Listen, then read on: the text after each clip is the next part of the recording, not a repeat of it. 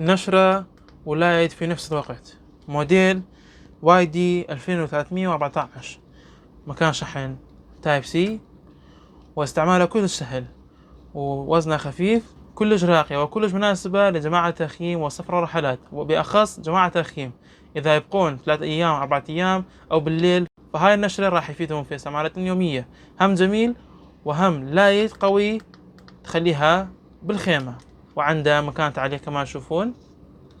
وهذه هم تقدر تخلي نشرة بالداخل هيك، وتقدر تغير وضعية مالتها. عندنا نشرة ألوان، وعندنا رماش، وعندنا نبضة، وعندنا أصفر عالي وأصفر ناسي.